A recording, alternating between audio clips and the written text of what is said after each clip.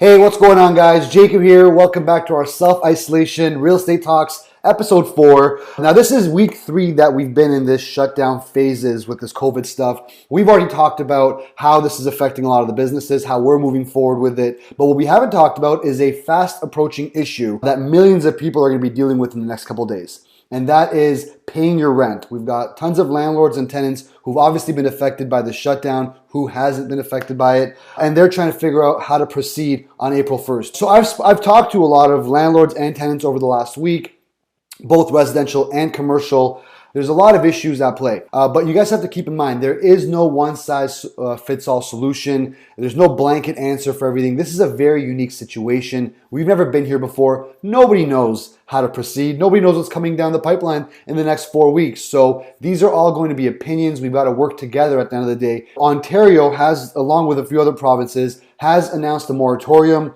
on all landlord evictions. This includes eviction orders, eviction hearings, eviction enforcements. Everything is on hold right now. Tenants, you cannot be evicted for non-payment of rent right now. Landlords, this is a really good time for you to reach out and try and touch base with your tenants. Communication is key with this process, guys. Now, what we did when this initially hit, we reached out to all of our tenants, as well as some of our landlord clients to see if they need anything, but more so the tenants to say, hey, first and foremost, are you okay? Do you need anything? But then lastly is, hey, are you gonna be able to pay your rent on April 1st? If not, what are some of the options that you need? And there are tenants, they're gonna take advantage of it. I've got a client who reached out to her tenant to say, hey, what's going on April 1st? This is a luxury rental. They're having a custom-made home being built right now that's worth over $1 million, well over $1 million. They have the money. And all he did was he responded with a link to the Globe and Mail article saying evictions are all on hold.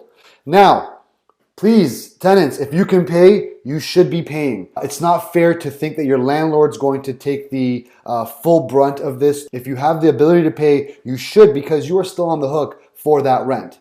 At the end of the day, landlords, you are still able to process an N4 for non-payment of rent, and once the moratorium is lifted, which it undoubtedly will, you can continue with the eviction process. I would rather you work with your tenants to try and figure out a solution that's going to be kind of satisfactory to the both of you. I wouldn't recommend going through the eviction process, but if somebody's trying to take advantage of the situation or they're a problem tenant, document everything. Make sure that all your communications are with them over email, text, as well as the forms you're giving them. You have a copy for yourself and still move forward with it.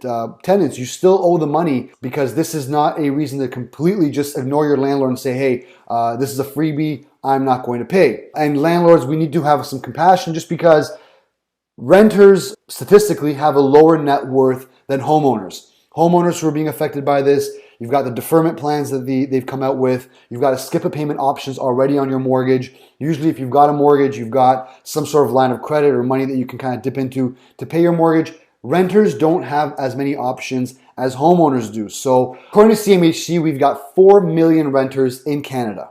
Now, out of those 4 million rentals, 3.4 million of them are self-employed or live off of wages. Of those 3.4 million, 50% of them have less than 1 month's worth of reserves in their bank accounts to help them and tide them over.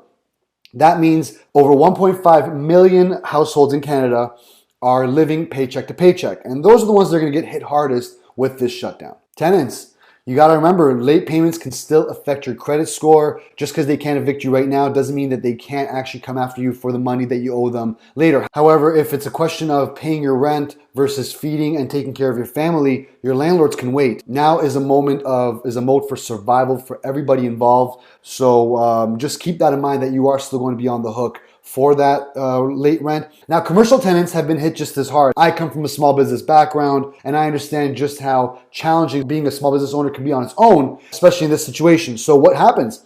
Do you have to pay your landlord your rent? Do you tell them no?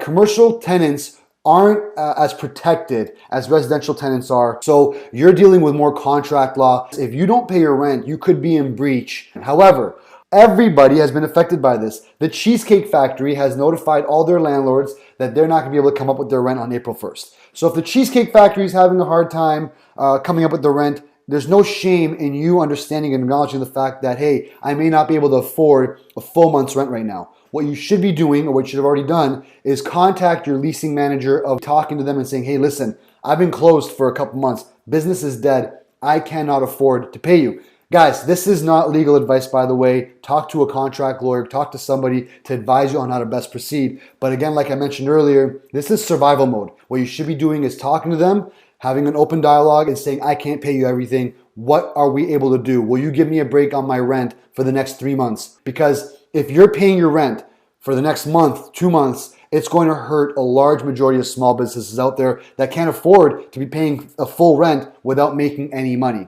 So take a very good look at your finances and see, are you able to handle a couple months of being completely closed, in addition to a couple months of probably being a little slow. There's also a clause inside most leases, force majeure, which states if there's something like this happening where the entire world shuts down. Lawyers, if you'd like to comment below and actually offer your expertise, none of this is legal advice, guys. However, I think this shutdown is going to decimate a large majority of small businesses across Canada. I really hope the help that the government's going to be offering is going to be enough to make a lot of these people kind of survive the difficult situation. But unfortunately, there's going to be quite a few casualties of this shutdown.